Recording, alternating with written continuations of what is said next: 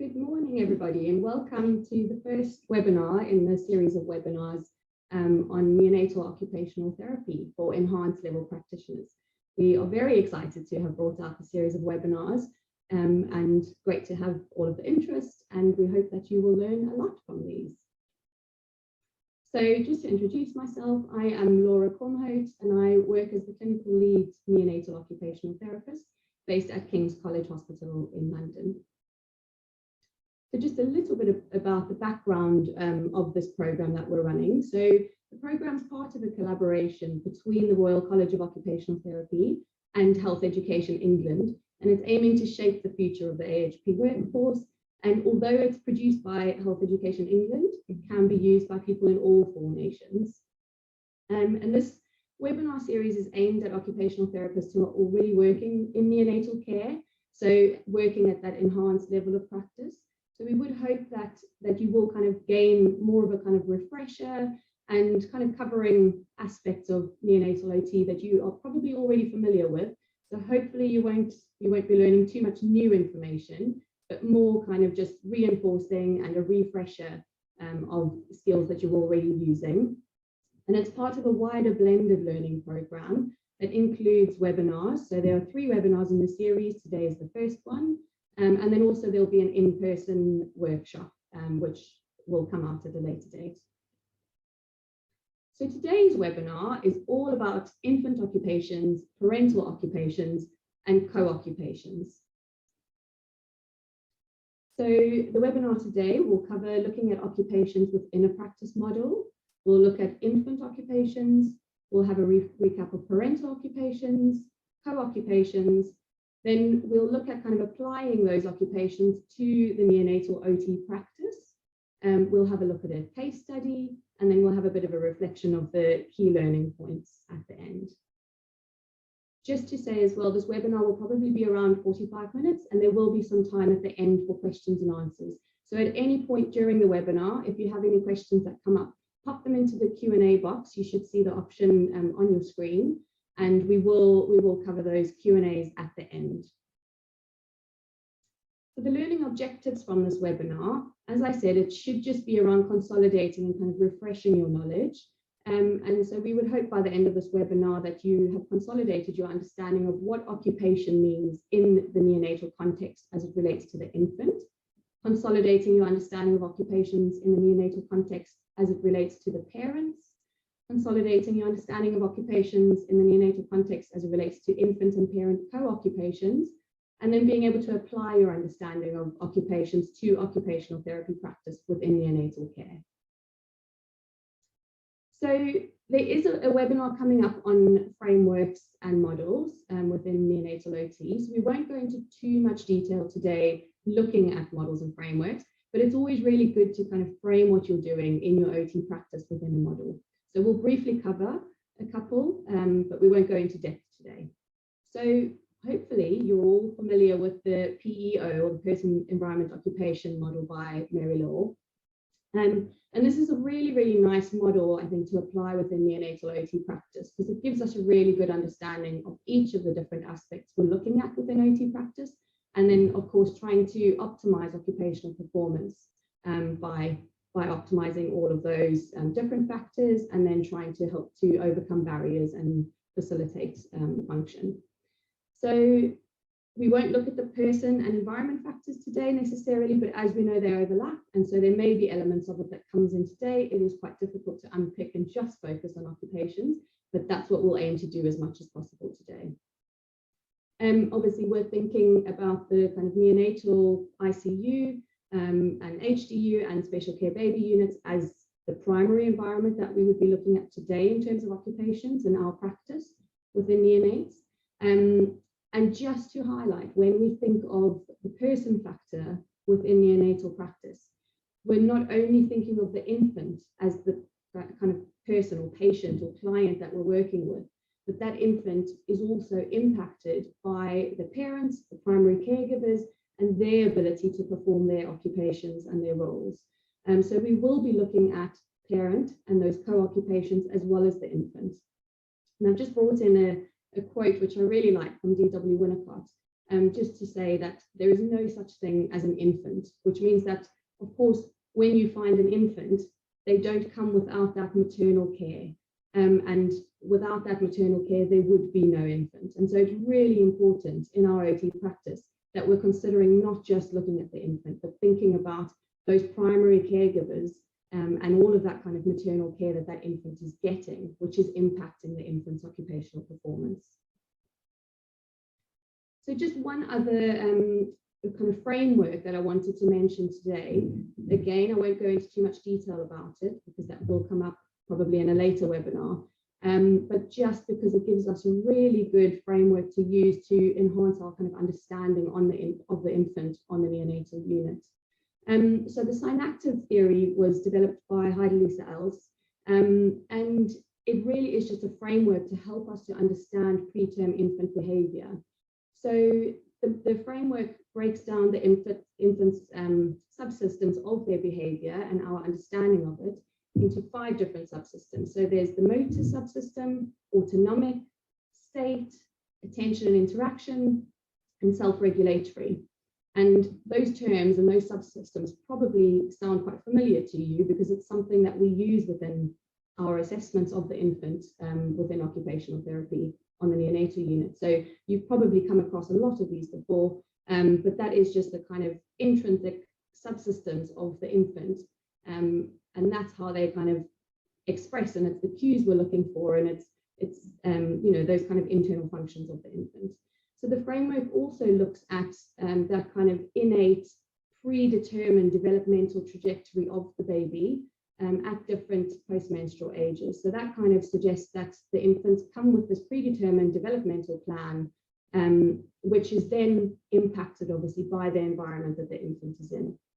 So where we would think of an infant who should be in utero and should be in utero for the first, you know, up to 42 weeks, those infants who are born prematurely, of course, their environment that they're interacting with is very different, looks very, very different for them. And we need to think about how that impacts the infant's ability to kind of function and cope and communicate, as well as the impact that that's having on their developmental plan and those key milestones that they should be reaching at different time points. And there is this constant kind of interaction between the infant and the environment, and the infant will try to block out aspects of the environment that isn't supportive or appropriate of their development at that stage, but also will seek from the environment. So uses their kind of cues and communication in order to try and get from the environment what it needs to support their development. So this is just a nice framework for us to try and understand the infant that we're working with on neonates. So now we come on to infant occupation. So I'm sure, I know I have had friends and family who kind of say, you're an OT in neonates. What on earth would you do with the baby? What kind of occupations do they have? And I've heard people say things like, oh, surely a baby is just supposed to be a baby. All they do is, you know, sleep and eat and, you know, fill their nappies.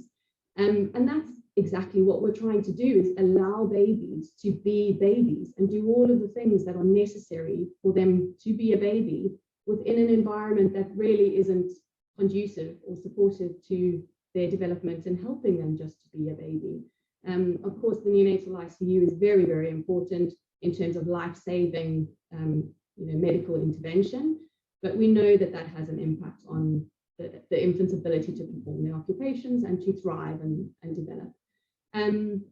So just to cover what are the key infant occupations that we're kind of looking at, is their regulation of their body systems, their ability to kind of, you know, they're trying to breathe, they're trying to, you know, their digestive system is functioning, their brain is developing, and they're going through all of this, you know, maturation and development, key development of their brain while they're in the neonatal ICU. And being able to kind of have periods of arousal, protecting their sleep is really, really important. It's where a lot of that brain development and maturation is happening. So yes, sleeping is a very, very important occupation of an infant, and then being able to have those periods of arousal when they are a bit more mature and kind of developing and able to have those periods of arousal, developing that attention and interaction with their caregiver. It's really important for a baby to have that development of relationships and bonding and attachment and that attunement with their caregiver. all of that's really, really important for the baby's long-term development. We're also looking then at their physical development. So we know that it's really important for babies to kind of feed and grow. So they have that physical development, that development of their very, very fragile lungs, that development of their brain that we've talked about, the development of their digestive system. So all those physical elements of development. Also looking at their neurobehavioral development, which I know is an aspect we come in as occupational therapists a lot to support them to be able to cope with their neurobehavior on a very, very overstimulating neonatal ICU. We're looking at their motor development, and then also looking at their sensory development, which again, being in a neonatal ICU, we know that it's not an optimal sensory environment, for babies to develop. And so we have a really important role in coming in to support the sensory development of the baby too. When they get older and they're ready to kind of play and learn, they learn a lot and through that play and interaction with their environment. And so supporting that and feeding, really, really important. They aren't going to be able to grow if they can't feed. Their digestive system kind of maturing and developing, feeding. Initially, when you're working with preterm babies, they're very likely to be tube fed. And as they kind of mature and they're able to cope with oral feeding, they might transition then over to oral feeding. And it's all about just supporting all of that development as is appropriate for the baby's level of maturation and their postmenstrual age, and supporting them just to thrive and to optimize their occupational performance as much as possible on the ICU. So then looking at parental occupations. So it's really, really important to remember when parents come onto the neonatal ICU that before they became that parent, they were somebody outside of that as well. I think, when we meet parents for the first time, often it's on the ICU after the baby's already been born. And we meet them in that role as a parent, but the parent also has other roles outside of that. And that is really important for us to understand, because although we think it's so important that they're there with their baby all the time and fulfilling that parental role that they've newly come into, it's really important to support them with balancing other roles and understanding what are the other pulls on those parents that might impact their ability to fulfill their new parental role to this baby. Caring for their baby is a really important parenting occupation, and often parents find it really difficult when their infant is first admitted or really ill on ICU, feeling like they can't, kind of lead and be independent in those cares really impacts their role fulfillment and their kind of sense of self-efficacy in their ability to be a parent to their baby. So caring for their baby is really important. Holding and watching their baby. So parents often will just sit and stare at their baby for hours and hours, and they kind of pick up on their little cues, they pick up on their little facial expressions, they might learn things that they like and don't like, and that can happen just from sitting and watching their baby. So it's really important to kind of help parents to recognize that even if they don't feel confident yet to be picking up their baby and doing their cares and the way that they might feel is their way of fulfilling their role, just the time that they spend sitting and watching their baby is very, very important in their parenting role and getting to learn about their baby and understand their baby. And that's how they become the experts in their baby. They just watch them. In terms of holding babies, so, that close contact is really important for the baby and the parent. And what we need to be ensuring that we're doing is to support parents to get that close contact and to kind of have that connection and that physical touch between their baby, even if they can't get them out for skin to skin or they can't get them out for cuddles for whatever reason. Can we work with them to do kind of hand hugs in the incubator? Can they be putting their hand in the incubator so that their baby's getting that smell and that, the feeling of closeness, even if they're not ready to put their hand on their baby yet? So it's just around us kind of trying to support the parents to find whatever aspects of the role it is that they can perform as they progress through and develop their kind of confidence with their baby. So decision making and advocating for their baby is a huge part of the parental role and parenting occupations on the ICU. And often parents especially earlier on in their admission, when they, it's such a foreign environment for them. They haven't been on a neonatal ICU before. They don't know the medical terms. They don't know what they can ask for. They often feel really, really limited by their inability to make decisions on behalf of their baby because they just don't know. And advocating for their baby, again, they haven't been given that knowledge and they don't have the confidence yet. So it's really important, again, that we're supporting parents to have that knowledge and be able to make informed decisions on behalf of their baby. Because as a parent, it is, it's kind of built in. They want to protect that baby and they want to advocate for that baby. And when we're talking about, I know we did mention, primary caregiving, and it's you kind of see parents early on really, really emotional.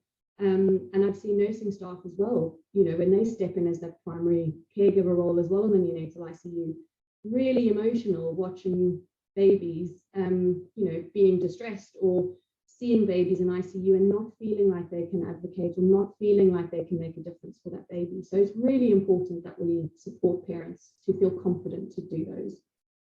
Parenting other children. I mentioned at the beginning that, the parental role, they're balancing different roles.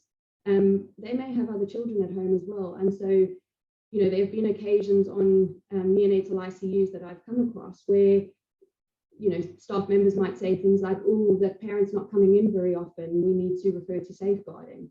Where actually that parent has 4 other children who are all at school. They're having to do the school run. They've got childcare difficulties, they're traveling from really far.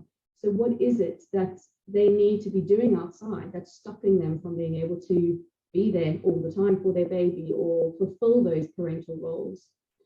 Employment, again, really, really important. You would hope that mothers after giving birth would be on maternity leave, so they may be able to be there more often. If you've got self-employed parents, it often makes it really, really difficult. They still need to earn an income.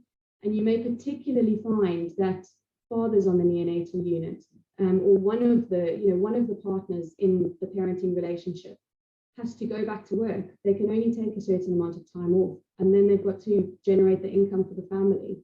And you don't want the lack of income to then lead to increased family stress. So it's about creating that balance for them. And then leisure and well-being.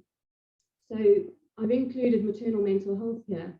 And parental mental health, because this is really, really important. And if we're not supporting parental mental health, we can't expect them to be able to fulfill their parenting occupations and, kind of give themselves to the infant if they're not looking after themselves first.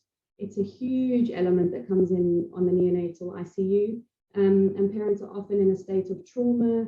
They've got a lot of that. The mental health and that aspect of them coping of what they've been through, the traumatic birth, the fact that their baby's on ICU, and coping with the fact that they imagine their parenting journey to look very, very different. Now their baby's ended up on ICU, that's a huge thing for them to cope with, and changing their expectations and adapting to all of that. So we need to make sure that we've got that support. As OTs, we have a mental health training background. But it's really important to try and link in with any psychological support you've got, or if you don't have psychology support on your unit, kind of suggesting to parents, if you have that relationship with them and you've started those conversations, suggesting that they access support through sometimes the kind of antenatal services or postnatal can provide them support, or through their GP, they can sometimes get it in the community. And then looking at the co-occupations, so the nice activities that we kind of support parents and caregivers to do jointly with their infants. And these co-occupations are lots of opportunities for that kind of relationship and bonding and interaction and achievement to happen. So what we don't want these activities to be is stressful encounters for either the infant or the parent. And this is where we really come in as OTs working on the neonatal ICU, is how can we make these experiences as kind of beautiful and nice and just lovely experiences, opportunities for that kind of bonding and interaction. So caregiving, things like nappy changes, doing things like dressing, mouth cares, bathing, if the baby's able to have a bath later on, just supporting parents to kind of develop that confidence in it. And kind of thinking about the parent journey and where they're at in terms of their confidence and how much they're able to do and how much support they still need. So we wouldn't expect an infant who has just been admitted at 23-weeker onto neonatal ICU. We wouldn't expect a parent to come onto ICU and be independent with doing a nappy change on day 2. There's a lot of tubes, there are a lot of lines, the baby's really, really tiny. It's a totally foreign environment, and the parent is still kind of coping with that stress and that trauma of the birth. And so, you know, it's about how much support do they need at the beginning? How much does the nurse need to kind of support them with initially? And then slowly, as they develop their confidence, they can become more independent and kind of take more of a lead on those cares.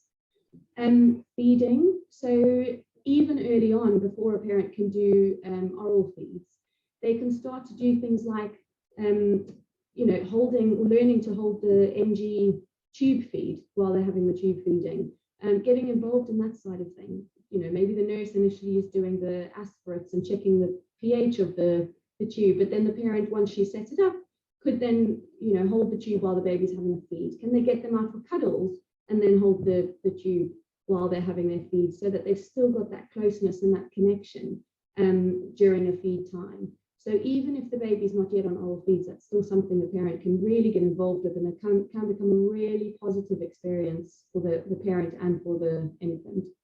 I've talked about the kind of attunement and interaction, and it's all about just supporting parents to know what they can do with their infant before they're kind of, you know, old enough or developed enough or mature enough to be having that awake time where they're playing and interacting, and the more kind of obvious ways that parents know how to interact. What can we do to support them earlier on? Things like talking to their baby, hearing their voice, things like gentle singing and lullaby, reading them stories. I've had some parents say they don't want to talk to their baby because they feel silly and people can hear them, and they don't want, you know, they feel like they just look really silly. So then things like reading a newspaper to the baby, or, you know, reading a magazine, reading the news to them, reading out their text messages to their baby, anything that helps them to kind of get that voice and get that confidence with interacting with their baby. Comforting and co-regulation for stress and pain. These are really, really important. I've often come across situations where parents say, oh, no, when they're having bloods, I leave the room because there's so many people around the bed. I just feel like I'm getting in the way. We really need to be kind of advocating and supporting those parents to be able to feel confident, to be the ones to provide that comfort and co-regulation during stressful and painful procedures. So really, really important that we're helping them to feel confident to provide that, and helping, you know, working with the medical and nursing staff so that they know that they need to suggest that parents can be that person. Parents and caregivers are going to be far more effective at providing these than an unfamiliar person to the infant who, you know, comes in with rubber gloves on and smelling like hand sanitizer. So really important that we kind of support parents to take that primary role. Cuddles and skin to skin, wonderful co-occupation. So lots and lots of skin to skin's got loads of positive benefits for the parents and for the infant. And so as much as we can support skin to skin, you know, the better. And even just, you know, having cuddles and, like I mentioned, just hand hugs is still really, really positive. Having that kind of physical touch, that feeling of closeness, all of the kind of smells and everything that the baby would still be getting from that, and also the parent getting the benefits from that. And then that early interaction, once the baby starts having periods of arousal with kind of eyes open and doing lots of that early interaction, it's really positive for longer term communication and language development of the infant, really positive for long-term cognitive development, and then also gives the parents a lot of feedback that they're getting from their baby through that interaction. Parents will say things like, oh, I've noticed when I talk to him, he's starting to kind of turn his head to the side, and he's starting to, I think he's trying to look at me, I think he's trying to find me when I talk. And that just gives the parents so much positive feedback and reinforcement, and it's really positive for both parties and for that development of the relationship and attachment. So then looking at occupations within neonatal OT practice. So what do we do as OT? So how do we kind of apply our knowledge of occupations within the neonatal OT setting? So we would do infant assessments and observations. So often, especially if we're working with preterm babies, like we said, the parents learn so much from just watching the baby. So do we as professionals. We learn a huge amount just by observing the baby, spending time just watching the baby during cares, during sleep, kind of, during those periods of interaction with their parents. Just watching them tells us a huge amount about that baby, what support they need, what their kind of, their cues of stress are. How do we know if they're enjoying something, if they're happy? Just lots of watching them. Parental discussions. So I've mentioned around trying to understand the kind of the parents, what are their primary occupations, trying to get a really good understanding of what does their family unit look like? What is the background of this family? What do they, what's their structure? Understanding from the parents what they've noticed about their baby, if they've got any concerns, if they've got questions. So just getting a really good understanding from the parent, and what the parents need at that point. So what are their kind of priorities and what do they want to focus on, and how can we best support the parents and the infant? So we do joint goal setting with the parents. So from those kind of discussions with the parents, and you're watching the baby and kind of, your assessment of the infant, you want to do joint goal setting with the parents, because it needs to be priorities for the parents. There's no use in me coming in saying, oh, the parent's not doing a nappy change yet, so we need to work on helping the parent to do a nappy change. We actually, for the parent, they're not really bothered if they do a nappy change or not. They're happy for the nurse to do that for now. But what they'd really like is to know how to comfort their baby if they're crying or they look stressed.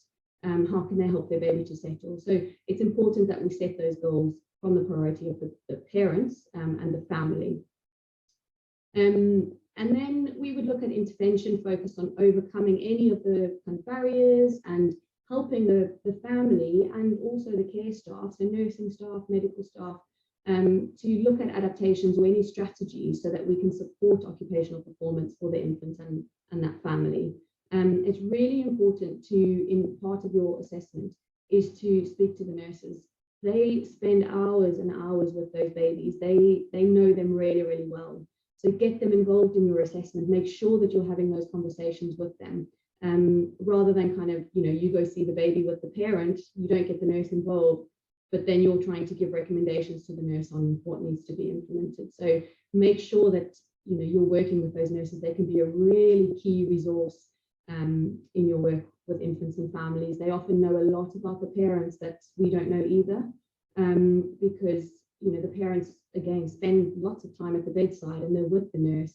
The nurses are the ones often supporting them to do first-time activities on the neonatal unit, and so they often end up opening up to the nurses about their struggles, about their fears and general aspects of their kind of family. So it's really important to work together with the nurses. They're a great resource. So we're going to have a look at a case study now. And I just want you to, when I read out the case study to you, just try to have a think for yourself as we're going through. What do you think some of the key occupations are for this family as they relate to the infant? Think of how they relate to the mother, to the father, and then some of their co-occupations. What might be some of the barriers to participation for the infant, for the mother, for the father, and then looking at their co-occupations? And how do you think, as an OT working on a neonatal ICU, that you can support their occupational performance? And again, think of it as it relates to the infant, the parents, and the co-occupations. I've kept the information quite vague and quite broad for the purposes of allowing you to just kind of think of broad aspects. So think of anything that kind of comes up, and you'll just think quietly to yourself as I read through, and then we will apply it within practice as well. So just think of some of those aspects. So Daniel is a baby boy who was born at 25 weeks gestation, and he's been admitted to the neonatal ICU. So Daniel is his parents' first live birth after 4 late miscarriages. He's intubated and ventilated on the neonatal ICU, and he's got an NJ feed, a tube for trophic feeding. So that's little bits of feed going in just to kind of keep his gut moving. Daniel's father owns his own business, and it's dependent on his father working daily in order to avoid a loss of income. Daniel's mother worked as a receptionist at a GP practice before giving birth. Daniel's parents have expressed that they're feeling very thankful for their baby boy being alive, and they just describe him as their miracle. They're really proud of him. And they spend hours at his bedside every day, but they feel too scared to touch him because they're really worried that if they touch him, they're going to hurt him. His father has had to go back to work now, so he comes in to see him in the evenings, and then he comes in on a Sunday when he has a day off from work. And his mother's at his bedside all day. So his father kind of drops her off in the morning before he goes to work, and fetches him in the evening then when he's finished work. So maybe we'll just pause there for a couple of minutes and just have a little think about what are some of those key occupations that they may be doing at this point, and what do you think some of the barriers are to their occupational performance with some of those.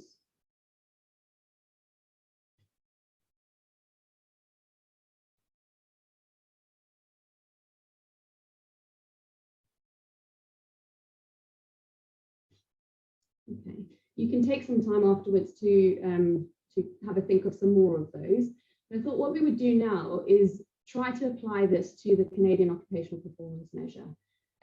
So this is a measure that I think is primarily designed to be used in kind of older and adult care, but it is adaptable to neonatal care, and it's a really, really useful tool to kind of frame those conversations that you're having with the parents early on, and helps the parents just to kind of, think about the different priorities that they've got and how important those aspects of their occupational performance are.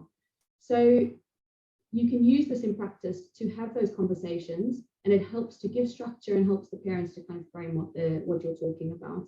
If you kind of just go in and say, what would you like to work on? What are your priorities as a general? They're probably going to struggle to know what you're talking about, or might struggle to kind of, structure their thinking and recall everything. So this really helps to just break it down and just help to focus on what might be the priorities. So I've applied this to the case study we've just covered. So we met with Daniel's mom and dad and had the conversation, and these were some of the points that they mentioned. So in terms of self-care or personal care, they mentioned that Daniel always has a DSAT during his nappy change, and they've noticed a lot of what we've termed as motor stress cues. So they've said that he's extending his arms a lot. His movement is quite jittery. He's splaying his fingers. He gets really, really active during the nappy changes, and then always has a desaturation. In terms of the mom, she's done one nappy change with the nurse. She's very nervous. And she thinks that it's because of her handling that Daniel is having the desaturation. So she's really not feeling confident, and she thinks actually she's the reason he's desaturating. She would really like to feed Daniel. So that's something she's really, really thinking of at the moment. She wants to be able to feed him. And Daniel's father's never done any cares. He's never got involved in any of that side of things. When he comes in to see Daniel, he is just kind of spending time just looking at Daniel and maybe putting his hand inside the incubator. In terms of functional mobility, the parents have said that Daniel finds movement very stressful. So, and the nurse has thrown around terms like he's not tolerating handling. And so when you kind of unpick this a bit more, you notice that when they're doing handling and repositioning with Daniel, they've noticed he's having DSATs and braddies, and he just looks quite stressed. In terms of the mom, she's too scared to move him. She's had to skin once, where the nurse handed Daniel to her from the incubator while she was sitting in the chair, and she hasn't done it again. She's quite nervous to do it again. And the father's never held this baby. He's put his hand inside the incubator, but he's never held the baby. In terms of community management, so looking at things that need to still carry on outside of the hospital in order for this family to function. So in terms of the mother, they live out of Borough. It's about 1 hour by car, and mom doesn't drive. So the father drops and fetches her around his kind of work time. The father owns his own business, as we mentioned, and he works Monday to Saturday. Then if we think about in terms of productivity, so paid and unpaid work. So the mother was a GP receptionist before, so she's got quite a lot of knowledge of medical conditions coming through. She's now on maternity leave and she's got a very supportive team. The father owns his own business and he's the breadwinner of this family. And as we mentioned, the income is dependent on him working. So it's really important that he is able to keep up his work. But he's feeling a bit stretched because it means he doesn't have as much time to come into the hospital. In terms of household management, so the mother is usually responsible for cleaning, cooking, and general household management, but she's not managing because she's on the NICU for long hours now, and she's also physically recovering still from the birth, so she's really struggling with that. And so the father's been bringing them takeaways for dinners after he finishes work. It's just easier for them, they don't have to cook. And he's staying up late in the evenings in order to be able to do things like washing up the dishes, all of that kind of household management side of things that mum isn't managing to do at the moment. And in terms of play skills and homework, so again, if we're thinking of play and school, you're thinking, of a preterm infant, they're not going to be ready for those things. So it's around looking at, adapting that within a neonatal setting. What is their development? How can we support that? So in terms of Daniel, so the parents are very worried about his long-term difficulties, and they really want to know what they can do now to support him and prevent those longer-term delays. So with his mom working in a GP practice, she's come across children who have developmental difficulties, and she's really, really worried that that's going to happen to Daniel. So she wants to know what can they do now. And then in terms of looking at leisure, so his mom used to really enjoy her weekly book club with some of her friends, but now she can't get back in time to do that. So she's not doing that anymore. And the father is really active in his local religious group, and he used to attend every Sunday, but now he spends Sundays with Daniel on the NICU. So that kind of leisure side for both parents has been lost. So hopefully this just gives you a bit of an example on how you can kind of adapt the COPM to apply that to your work and your kind of conversations that you're having with parents in the neonatal ICU. It's a really useful tool then to help parents to, they've got all these things that they're worried about and want to work on, but how do you prioritize what you're going to focus on first? And that really just comes from parents identifying which are the most important things for them at this stage, and how much satisfaction are they currently getting from their engagement in those particular occupations, and then you identify what you want to work on. So it's a really, really useful tool to frame those conversations and to set initial goal setting. There are other forms of goal setting you can do with parents, like using GAS goals. You can use a kind of smart framework. There's lots of things out there that you can use. But this is a nice kind of practical example of what you could use in setting those initial conversations and initial goals. And that just gives parents a really clear idea of, what is the OT there to support me with? What am I going to work on, and how can I overcome these things that I'm really worried about, and the things that I'm not confident to do at the moment. So then looking at what are our next steps. So you've done the goal setting, you've done the conversations with the parents. Now what do you do? So some kind of general steps that you could do in your OT practice is just go and spend time observing the infant. So you really want to get an understanding of the infant. The parents have said, for example, that they're not tolerating handling. He desats every time he's having cares. So go and watch the infant. Go and see what is it that that they're showing you. What are they telling you? What is it that the infant is struggling with? And doing that jointly with the parents and also involving the nurse, so that collaboratively you're identifying what is this infant telling you and what's causing the infant not to cope during those daily occupations. So doing joint observations is really, really useful.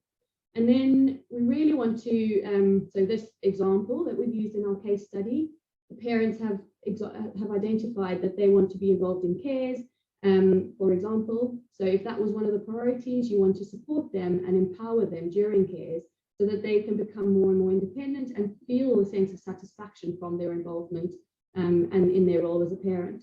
So some things that you can do to make it a bit easier is some parents aren't ready yet to just go in and do it on their tiny little baby in the ICU with all of the tubes and everything as their first time. we need to remember that a lot of people's experience that they may have had with babies before is generally, post-term, quite robust babies. So if you're now having to adapt it to a really tiny baby, it can be really daunting, and then they're really fragile in a medical environment.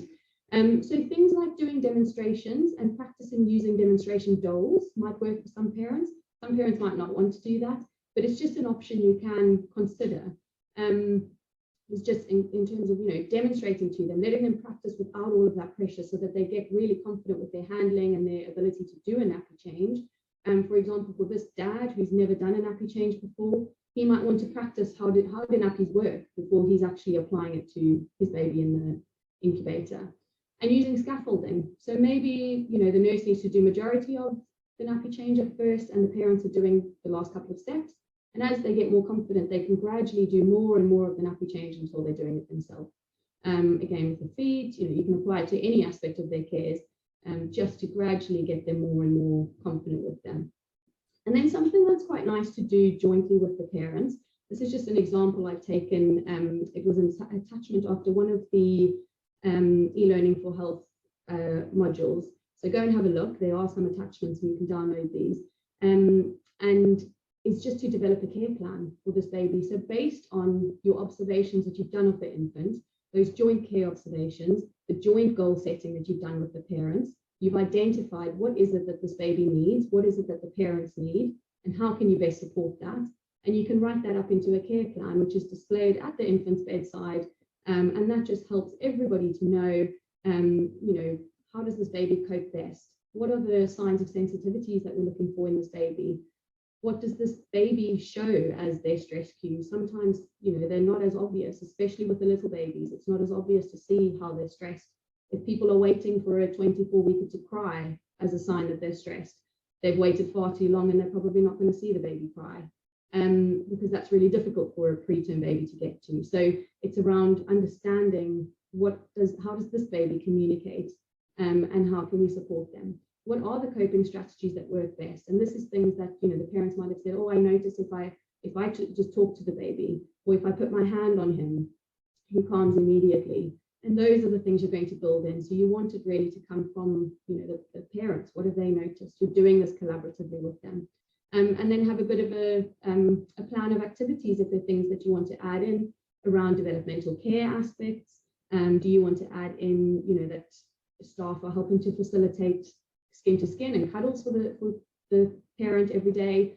Things like positive touch experiences. So I know on this one it mentions baby massage, but if you haven't been trained in baby massage, doing kind of, what positive touch experiences can you use? Hand hugs. Having the hand on the baby, letting them hold the parent's finger. Any of those kind of positive touch experiences are great. So thinking about what were your priorities, what were the goals that you identified, and just supporting the parents in a kind of structured care plan so everyone knows what you're working on.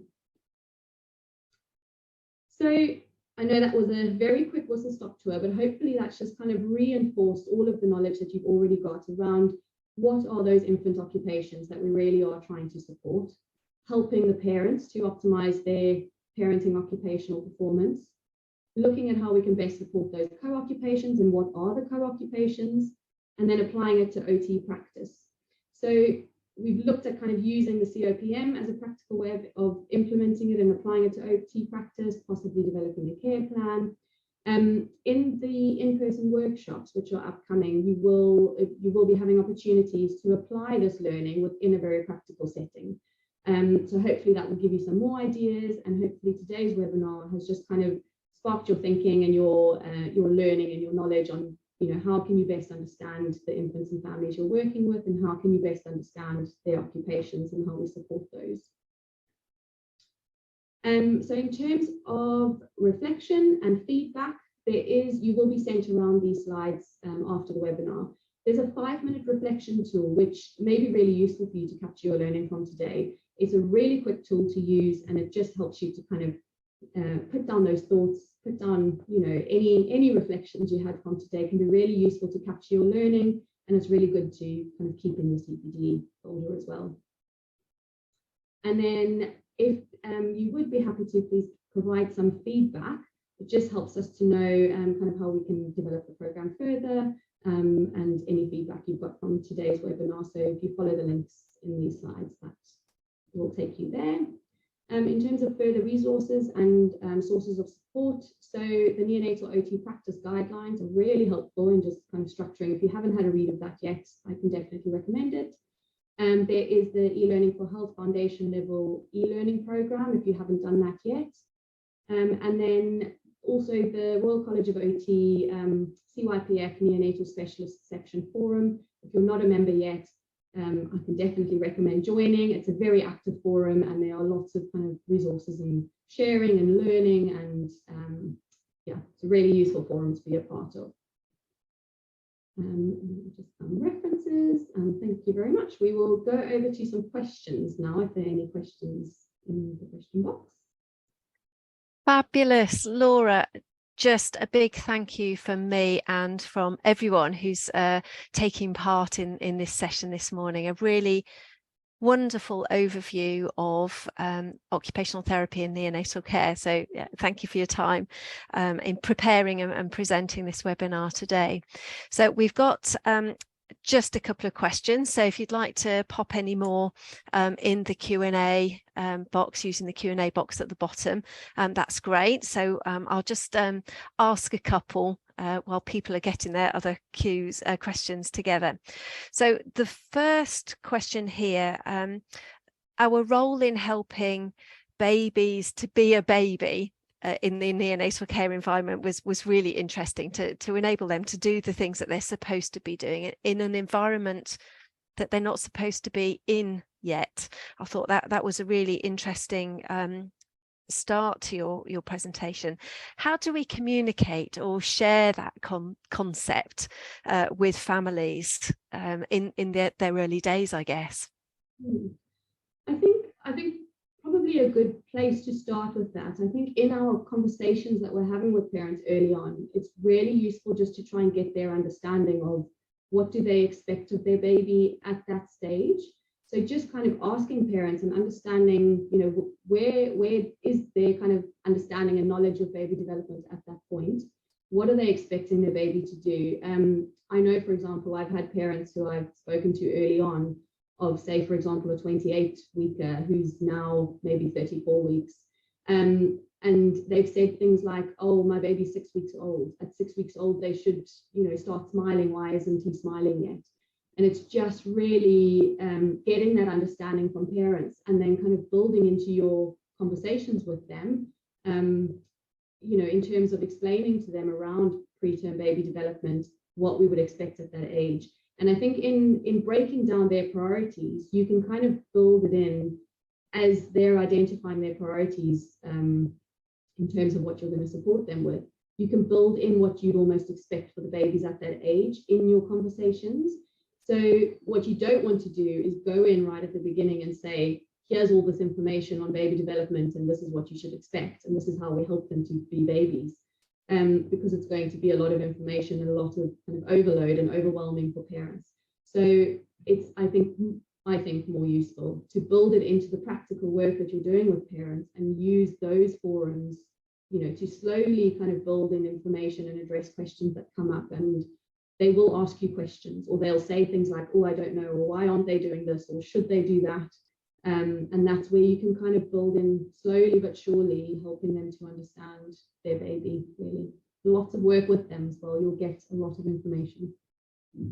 I think you make a really good point there. There's a temptation, isn't there, to write leaflets and, you know, produce stuff on websites and run workshops, and you know, there's a time and a place for that. But I guess there's something about our understanding of adult learning and when we're able to take in information, and how does that affect parents and carers that you see?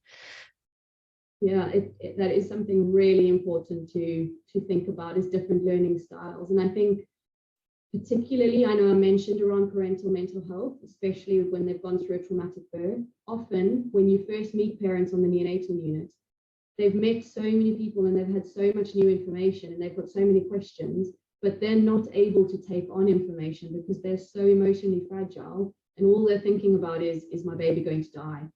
And so it's really important to think about where the parents are at in their journey, but also to think about how do parents learn best. So you might have parents who come onto the unit who are, dyslexic, or, didn't finish school and aren't able to read and write, or English isn't their first language. And it's really important to think about and understand from the parents, how do they learn best? And just asking parents that question at the beginning can be really helpful. How do you take on information best? What's the best way for us to be able to give you information about the neonatal unit and the journey and your baby? What's your best approach? Because they'll be able to say, actually, do you know what? I prefer having things written down, so I want to take it home and be able to read over afterwards. Or they might say, don't give me written information, I can't read English, or it's too much, I don't want it. So just having those conversations, but it definitely impacts. People learn in different ways, people retain information in different ways, and everyone's got their own thing going on, and you need to understand where that parent's at in their journey and how capable they are at that point of taking on information. I think that's a really important point, and also revisiting, a lot of revisiting. I think that's come through really clearly in the things that you were saying, that we can provide some information or do something once, don't assume that that's job done, to keep going back. So following on from that, I'm wondering about, in terms of the occupations, the co-occupations, how you take account of people's different cultures and expectations, social expectations, and the impact that has on the work that you do. So I think something that's really important, and I think we've all made the mistake when we're kind of new and eager and keen in our roles, and we want to help people, we want to make a difference, is we kind of come in with our own preconceptions of how things should be done, or what we should be doing, or what parents should do in their role. And sometimes that is not what the parents are expecting, or what culture, what is done in their culture. And so again, I think just having those conversations with parents and asking them, what do you understand by this? How would you like to get involved? What do you see your role in this occupation being? And just really understanding from the parents. For example, I've had a patient before who, in their culture, the moms are very protected post-birth for 2 weeks. And it's a set thing that for 2 weeks, the mom is in bed and the family just provides for them. And they're kind of, serving her and looking after her. And she's not allowed to, from a cultural perspective, come into the hospital to see her baby. And that can lead to things like people saying, oh, we need to refer to safeguarding, or we need to phone the mom and tell her she has to come in. We actually, from a cultural perspective, that's not the expectation. And so, I mean, that's, maybe an extreme example, but it's important for us to understand what is the culture of that family, and not come in with a preconception of what I think I should do as a mom in that role, but what is it from their understanding. Just completely go in open-minded and hear it from their side. Don't make up anything yourself. Don't, and if you come across a culture you haven't worked with before, go and learn, go and see. Some trusts have different resources in terms of the inclusion and diversity and equity departments, who would be able to give you information on different cultures and what they're, around healthcare, around hospitalization, around childbirth, around parenting roles. They might have lots of useful resources. So go and have a look. Reach out and ask if you don't know, but don't assume. No, I think that's really, really good advice, and that very personalised care has also really come through in your presentation. Those conversations with parents and families about what goals, what's important to them, is an opportunity then to explore some of those expectations and traditions, I guess, that we need to know about. But yeah, be curious and learn, I think, is really, really good advice. Okay, we've got a couple of other questions coming in here, so excuse me while I just look a little bit distracted over at this page here. So we have a question from Heather about using tucking during stressful procedures. I'm not going to ask Laura to answer that one, but that is a really fantastic lead into the next webinar. If you're watching this live, we're running a session on Monday, the 30th of January, which particularly is focusing on the occupational therapy role in pain and stress in neonatal care. So come back to watch that one. That again leads me on to the next question about whether recordings of this webinar will be available. They will be. We're recording all of the 3 webinars that we're delivering for enhanced level practitioners in neonatal care, and they will be made available once we've put the transcripts and everything together. So these will be available as a resource for people to come back to. There will also be linked to that links to the reflective tool. If you want to look at that now, that's on the RCOT website. You'll need to log in, look under practice resources from the bar at the top. CPD at RCOT is the tab that you'll be looking for, and you'll find a whole range of reflective templates that you can use there to capture your learning or your thinking, having attended this webinar or indeed any other learning resource. A couple of other practical things. Laura mentioned the in-person workshops. We'll be sharing more information about those soon, though we'll be hosting 2. The same workshop twice in different parts of the country. They are specifically for people that are working in neonatal care to develop your skills at that enhanced level of practice. So please do check out the RCOT events section of the website for those workshops, and indeed all the other events that the wonderful specialist section clinical forum put on. Laura also mentioned there the developmental care plan, which is taken from the eLearning program. So this is a wonderful resource that Laura and clinical colleagues put together with RCOT, and it's hosted on the eLearning for Healthcare platform, and we'll make sure that we share some links with those resources to everybody. There are various attachments that are a part of those e-learning programs that you can use, and the developmental care plan is one of those. Okay, I've got another just quick question here for you, Laura. And it's about the ongoing care that we do. Is the role of occupational therapy in neonatal care just limited to what we do while the families are in hospital, or do we extend beyond that? So we do have a really big role in follow-up. So there is nice guidelines on the neonatal neurodevelopmental follow-up for high-risk infants. And so that across most trusts is delivered by the neonatal team.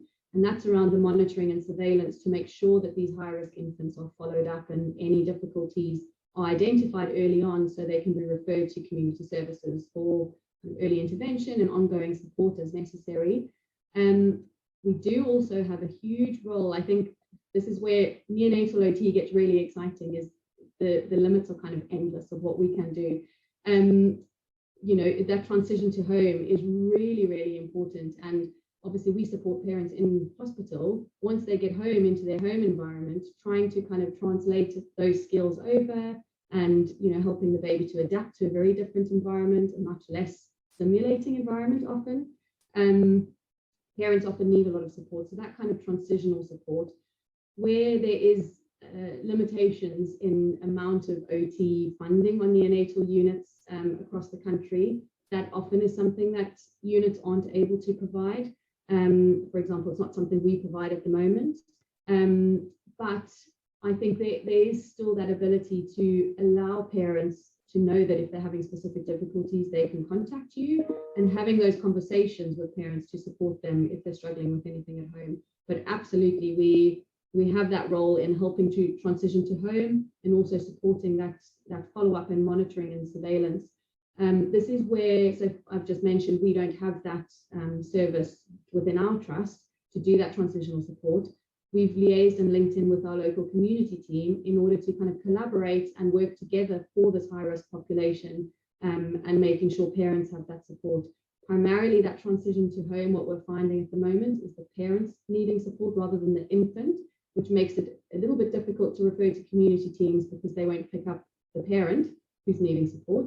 But we've managed with our community team to, they've got a system set up in the community to do that support, because of course it relates to co-occupations and parenting occupations, which impacts the infant. So yes, our role is very, very broad and expands well beyond the neonatal unit. Marvellous. Thank you, Laura. Our time is up. So thank you, Laura, for a brilliant presentation. Really occupation focused, really helps us to be confident in our sense of identity and the role and value of occupational therapy in neonatal care.